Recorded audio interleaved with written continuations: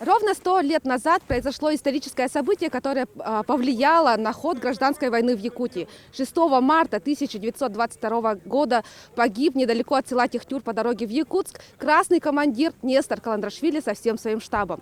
И сегодня здесь происходит впервые историческая реконструкция этого события. Памятное мероприятие было посвящено столетию образования Якутской АССР и одному из трагических событий кровопролитной и братоубийственной гражданской войны.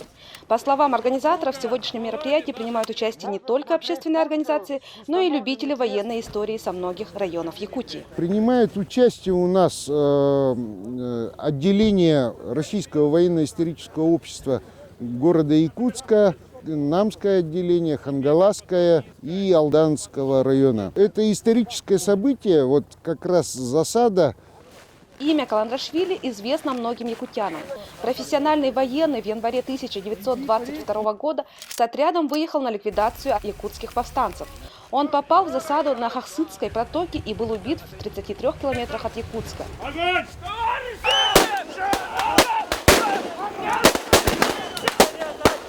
Получил большое удовольствие. Конечно, на стороне белобандитов был, но пострелял, попадал, очень было хорошо. Если вот посмотришь на это дело, конечно, это мы тут поигрались просто. А ведь это реально было, ведь. Это же реальное событие. Участники и организаторы мероприятия отметили значимость реконструкции для сохранения исторической памяти. Потому что молодежь уже начинает забывать нашу историю. И чтоб не забывали, вот, тем более к столетию СССР. В советское время в память об этом дне устраивался лыжный пробег и был установлен памятник. Мы сейчас не говорим, кто был прав, кто виноват. Это были все патриоты нашей страны. Вот, но они были по разные стороны баррикад. А мы сегодня вот почтим память тех, кто погиб в этом бою.